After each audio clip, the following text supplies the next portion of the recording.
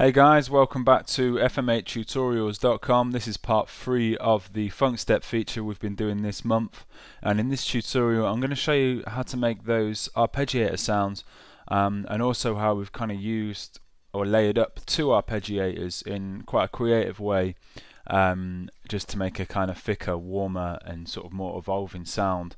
So if you're not subscribed to our YouTube channel, make sure you get yourself subscribed, youtube.com/ADSR tuts. So let's start with this first arpeggiator sound here. It's quite a funky sort of squelchy arp sound. So I've got a little bit of processing on there which I'll talk about later. Let's just open up FM8 and create a new sound in here and get this arpeggiator together. So first thing we want to do really here is get the tone of the sound. So let's start with this operator section, and I'm going to use the filter for all these operators. Really can route through the filter just to create that nice kind of filter envelope on the sound. So route operator F into Z, full volume, Z right to the output, full volume, push that cutoff up and resonance down for now. So we just hear this clean, unaffected sound. And operator F, going to have a 1 + 3 + 5 square wave, going to key sync it. Turn on operator E next, and route this to the filter about halfway, so kind of slightly less volume than operator F. Going to have a sawtooth wave in here, key synced again, and D we're going to have a sine wave, keep it as a sine, key sync it, keep the ratio of all 3 of these at 1, and D we're going to route to the filter a similar volume to E, so about 50.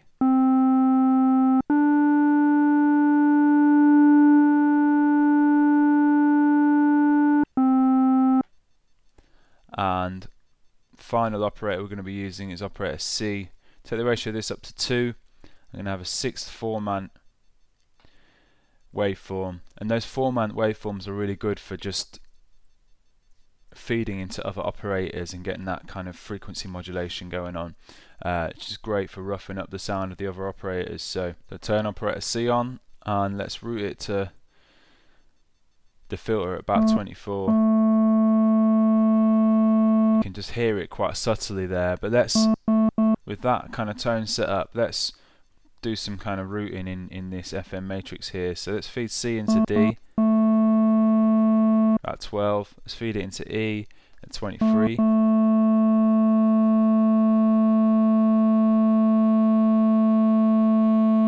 or maybe a bit more, just so we hear that kind of tone being shaped a bit more there, and route it into operator F at 48.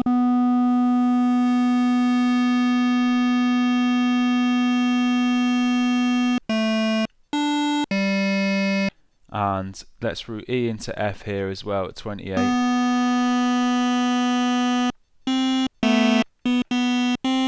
And let's D, E and F, let's feed these back into themselves. 26. 36 and F at 26. 28. And with that sound set up, I think we want the ARP to be a little bit more bassy. So let's move to this master section, take the transpose right down to -24. So we've got a bit more of a bassy sound going on. Let's make it monophonic, 2 voices. Take that detune off. So the next thing we could do really is get this arpeggiator set up here. So let's move to this arpeggiator section. I'm going to use all 32 steps for this arpeggiator, and just kind of loop over this. What we've got here is a sustained C3 note here. So turn the arpeggiator on, and I want to key sync it. So if you watch these steps running along here with the key sync off, it just keeps it's like free running, but once I've got it key synced, it keeps resetting to the start of the arpeggiator pattern again, which is what we want really for this sound. We keep everything else the same, make sure it's 1/16 for the speed, and let's just take this note length up to 100, and let's create this arpeggiator riff here. Take that accent off, So go like +7 on step 3 and +3 on step 4, and then kind of reverse that little hook that we had there. +2 here on step 8. And let's, just to kind of accentuate these a bit more, let's go up an octave there on step 2, and then step 8, let's go up an octave. And duplicate that pattern here, so the patterns kind of duplicate, and then on the final sort of section I'm going to have like a little fill. So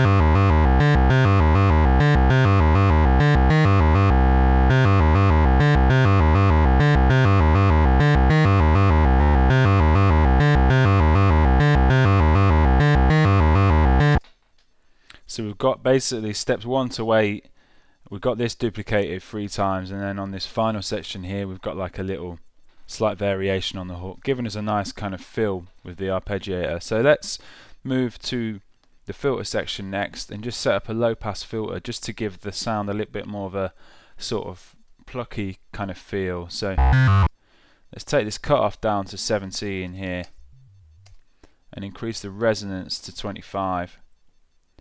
And with the mode still on low pass of both these filters, and with the mixing of the routing section kept the same, let's introduce this envelope to the filter. So push the envelope amount up to 79, and let's just take this kind of sustain right down.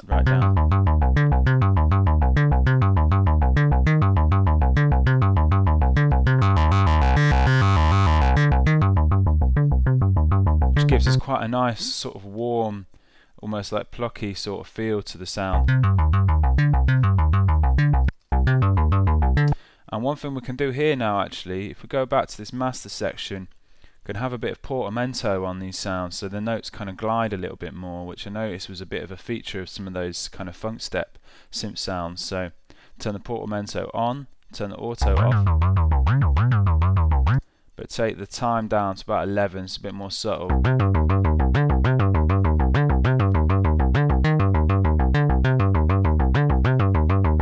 So we're getting that nice like little bit of portamento on the sound now. So let's finish this sound up here with some effects. So some overdrive, push this bass up to 85, the tone up to full. Just driving the sound a little bit. Let's introduce a peak EQ.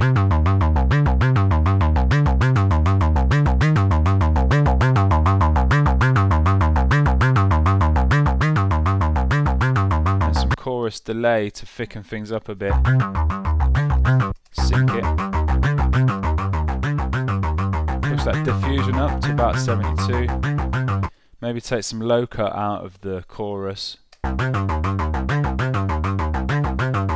this feedback up to about 20. Tweak the mod rate and the mod depth. And let's take this dry wet down to about 25. So that's arpeggiator sound set up really.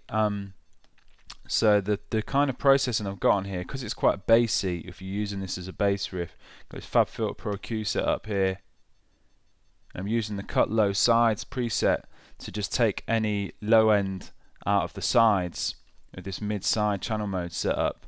So we've got a nice, the bass is kind of in mono basically, so it's going to convert nicely, especially on club systems, and it's just keeping the sides free for this ARP layer here. So also got some sidechain compression going on with this arpeggiator. And what I've done here for this second ARP riff, I've duplicated that arpeggiator sound, but with this on C3, the second arpeggiator is actually on G3, so 7 semitones up, which creates this kind of arpeggiated chord sort of sound. Which just takes that arp riff to another level, really. I mean, you could do it with inside the same synth, just make sure the synth's polyphonic, but what I wanted to do was add another layer and then process this slightly differently. So I rolled all the bottom end and all the mids out of this arpeggiated layer, and I've got this sample delay on here as well, just making it really wide. And then also some automation on this wide layer, the filter cutoff, just to bring the sides of the sound out really when we listen to this together.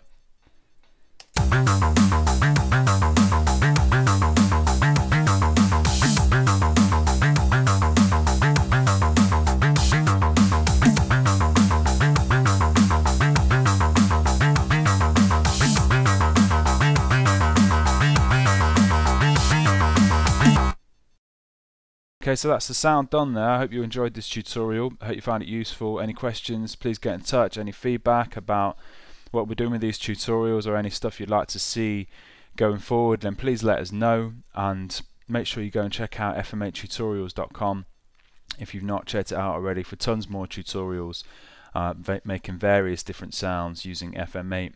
Alright, thanks for watching. Cheers.